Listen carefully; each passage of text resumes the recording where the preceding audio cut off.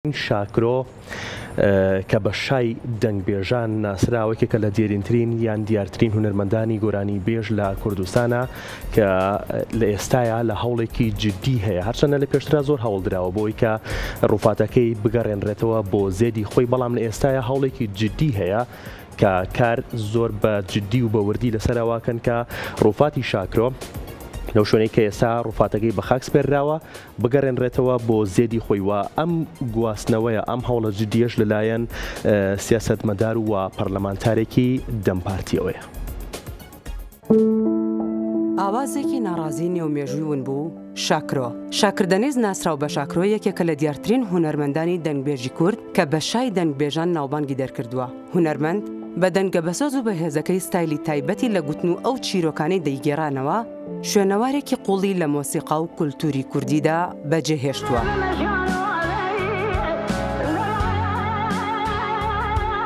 بەپێی تۆمارە فەرمیەکان شاکرۆ لە 25 کانونی یەکەمی ساڵی 1936 لە گوندی ناویکی سەر بە ئەلەشگرتی ئاگری لەدایک بووە، بەڵام بەپێی قسەی بنەماڵەکەی ساڵی 1931 لەدایک بووە. ناوی ڕاستەقینەی شاکردەنیزە، ناوی باوکی بەدیع بووە و هەر بۆیەش بە شاکرێ بەدیع ناسراوە. ژیانی ئەم هونەرمەندە کووردە وەک تەواوی کوردانی هەر چوار پارچەکەی تر پڕ لە ڕاگواستن و دەربەدەری لە تەمەنێکی بچووکدا لەگەڵ باوکیدا چوونەتە گوندی جەماڵوەردی سەربەتوتاک. ساڵی 1959 لەگەڵ بنەماڵەکەیدا بۆ ئەدەنە دوور دەخرێنەوە. دوای 7 ساڵ لە ژیانی دوورخستنەوە لە ساڵی 1966دا دەگەڕێتەوە بۆ مووش و تەنها دوای 2 ساڵ لە قەرەیەزی سەر بە ئەرزڕۆم نیشتەجێ بووە. ئەم ساڵانی دوورخستنەوە دەربەدەریە کاریگەریەکی قوڵیان لەسەر هونەر و ژیانی هەبووە. شاکرۆ یەکێک بوو لە قوتابیەکانی مامۆستای دەنگبێژ ڕەسۆگۆپالە، بەهۆی دەنگە خۆشەکەیەوە بە خاسەکە و بەناوبانگ بووە کە دەیتوانی بۆ ماوەی چەندین ڕۆژ بەبێ وەستان گۆرانی داستان ئامێز بڵێت. یەکێک لە تایبەتمەندیە هەرە دیارەکانی خاوەنی گەرویەکی ئەفسانەی بووە کە لە زۆر کەم لە دەنگبێژاندا هەبووە. شاکرۆ نەک هەر لە نێو کوردانی تورکیا بەڵکو لە نێو کوردانی ڕۆژهەڵاتی ناوەڕاست و جیهاندا ناسراو بوو گوێگری هەبووە. هەروەها شاکرۆ وەک یەکێک لە ناسراوترین دەنگبێژەکانی دوای ئەفدا لە زێنکێ دادەنرێت. شاکرۆ لەبەر ئەوەی شاگردی گۆرانی بێژی گەورە ڕەسۆ بووە و زۆربەی تێکست و گۆرانیەکانی ڕەسۆی گوتوێتەوە، بەڵام لەگەڵ ئەوەشدا چەندین گۆرانی تایبەتی خۆی هەبووە. شاکرۆ خاوەنی چەندین گۆرانیە و بەرهەمەکانی وەک گوڵێ دێران، شەرێ مالا ناسر، نێچیروانۆ، گەلیە زیلان، مەلازگر، شێخ سەعید، دیلبەر، ئەسمەر و کەژێ لە ناسراوترین بەرهەمەکانین. ئەم بەرهەمانە بە دەنگی ئەو ژیانەوەیەکی نوێیان بەخۆ بینیوە و لە یادەوەری گەلی کووردا نەخشێنراون. شاکرۆ ساڵانی کۆتایی ژیانی بە هەژاری بەسەر بردووە و لە 5 حوزەیرانی ساڵی 1996 لە ئیزمیر کۆچی دوایی دەکات. گۆڕەکەی لە گۆڕستانی ناوەندی ئاڵتنداغی ئیزمیرە. نەزانینی قەدر و بەهای هونەرمەندان لە نێو کووردا شتێکی نوێ نییە.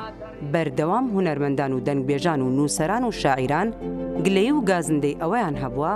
بەداخەوەش شاکرۆ پێشکۆچی دوایی لە چاوپێکەوتنێکدا لەگەڵ ڕۆژنامەنووسێک دڵگرانی خۆی بەرامبەر بەگەلی کورد بەم وشانە دەردەبڕێت: من لە کورد دڵگرانم. کورد خاوەندارەتی لە بەهرەمەند و دەنگبێژەکانی خۆی ناکات.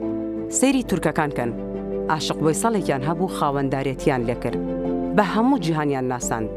ئێمە ڕەسۆمان هەبوو، مامۆستای هەمومان بوو، بە برسێتی مرد. ئێستا پێم بڵێ چۆن لەگەڵدا قسە بکەم و دڵی خۆمت بۆ بکەمەوە.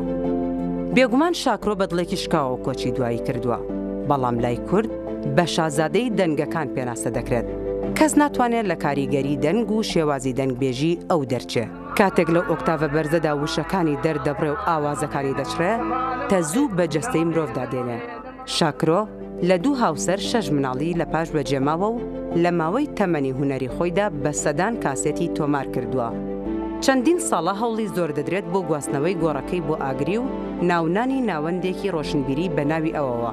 لە ئێستادا لەلایەن پەرلەمانتارانی دەمپارتیەوە هەوڵەکان شەکراونەتەوە بۆ ئەوەی ڕووفاتەکەی بهێنرێتەوە بۆ شوێنی لەدایکبوونی وەک ڕێزێک بۆ هونەر و کەسایەتیەکەی بۆ ئەوەی هیچ نەبێت ئەگەر کەمێکیش بێت ڕۆحی ئەو هونەرمەندە ئاسوودە بێت.